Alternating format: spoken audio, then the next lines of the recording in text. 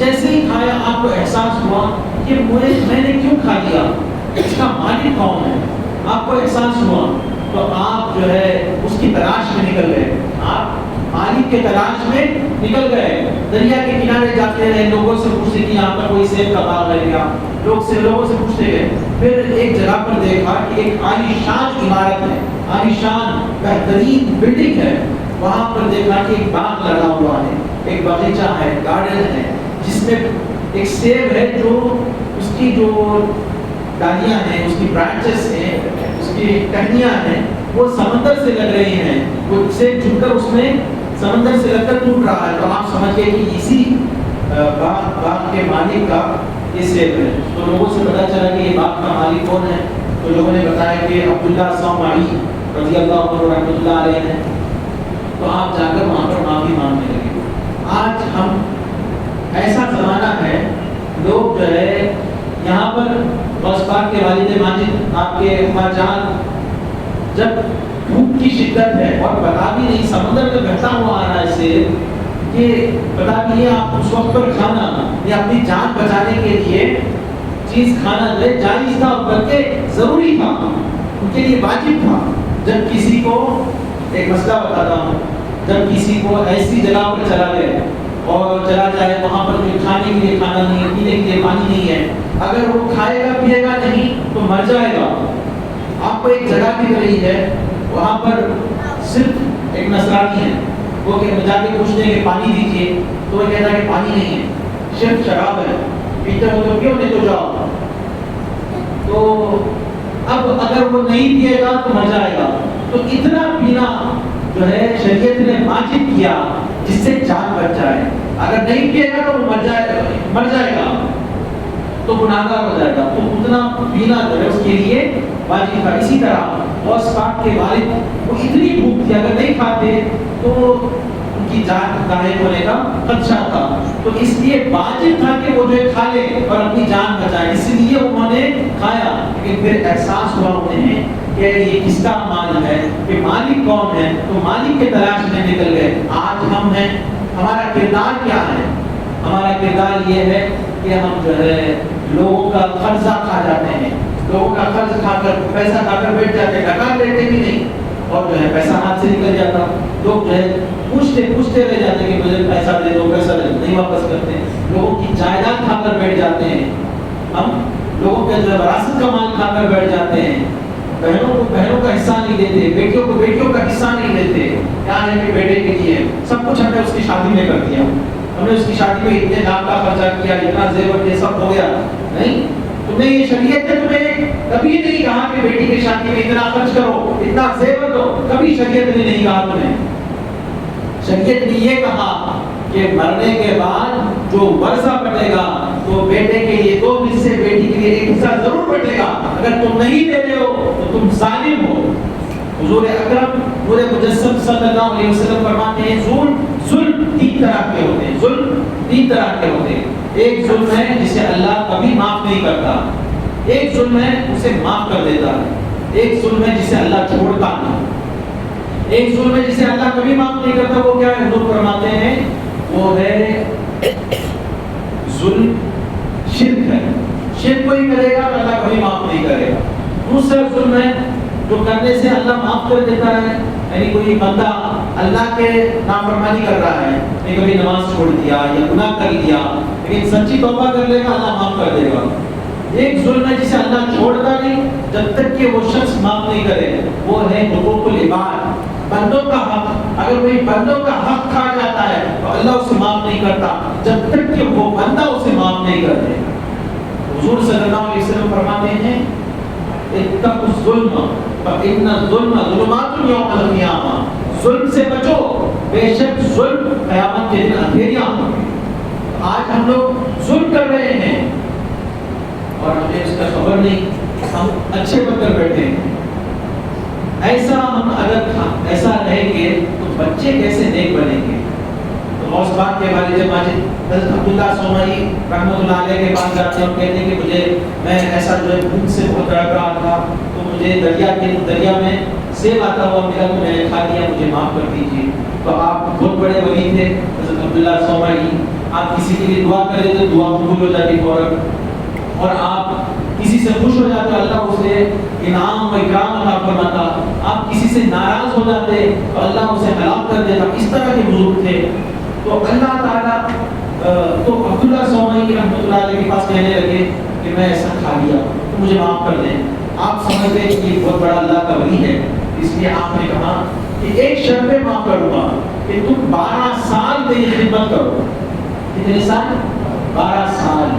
آج ہم 1 منٹ خدمت کرو گے تو تمہیں کون میں کون، میں خدمت پورا کرنے نہیں ہوگا، میں خدمت پورا کرنے نہیں ہوگا. اتنے بڑے قدم ہیں میں خدمت کرو بندے سو، میں پورا خدمت کرنے پیدا نہیں ہوا، خدمت دینے پیدا ہوا.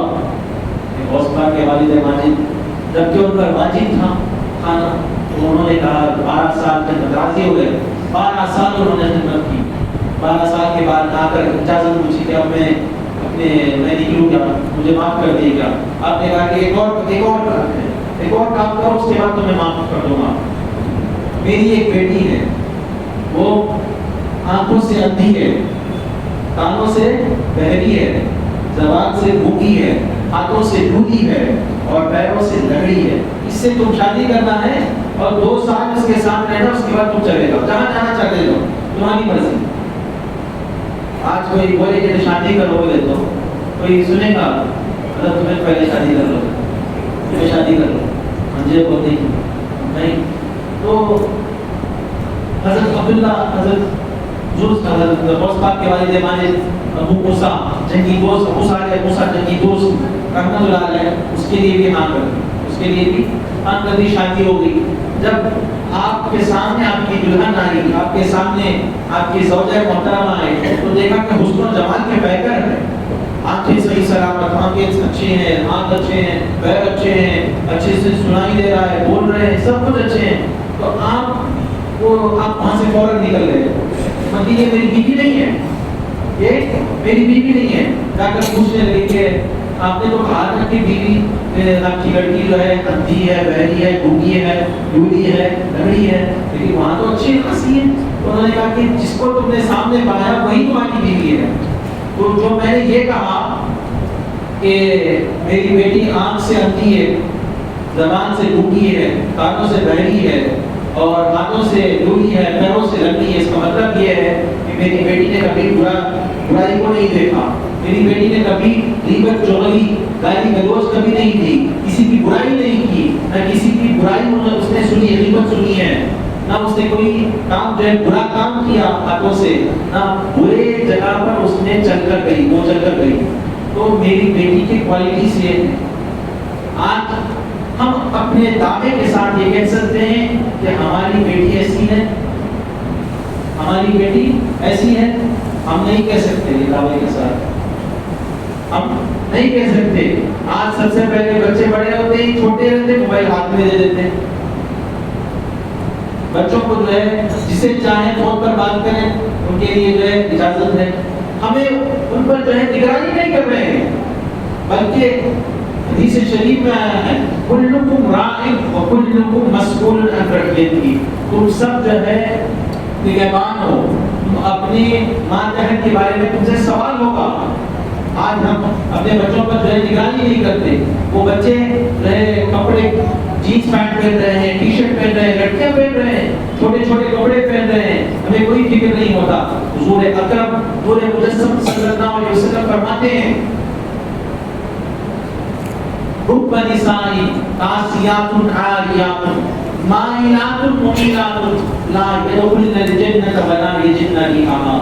بعض عورتیں ایسی ہوں گی جو کپڑے پہن کر رہیں گی لیکن ننگی ہوں گی، جو خود مائل رہیں گی اور دوسروں کو اپنی طرف مائل کریں گی، وہ جنت میں بھی نہیں جائیں گی، نہ اس کی خوشبو سونگے گی. جنت کی خوشبو 500 سال کی مسافت سے آ جاتی ہے. کپڑے پہن کر ننگی کیسے ہوگے؟ چست کپڑے، ٹائٹ کپڑے یا چھوٹے چھوٹے کپڑے یا ٹرانسپیرنٹ کپڑے پہن کر رہے گی، ننگی رہے گی. کیوں ایسا کرتی ہے؟ خود مائل رہے گی، خود کسی سے اٹریکٹڈ رہے گی اور دوسروں کو اٹریکٹ کرنے کے لیے ایسے کر رہی ہوگی.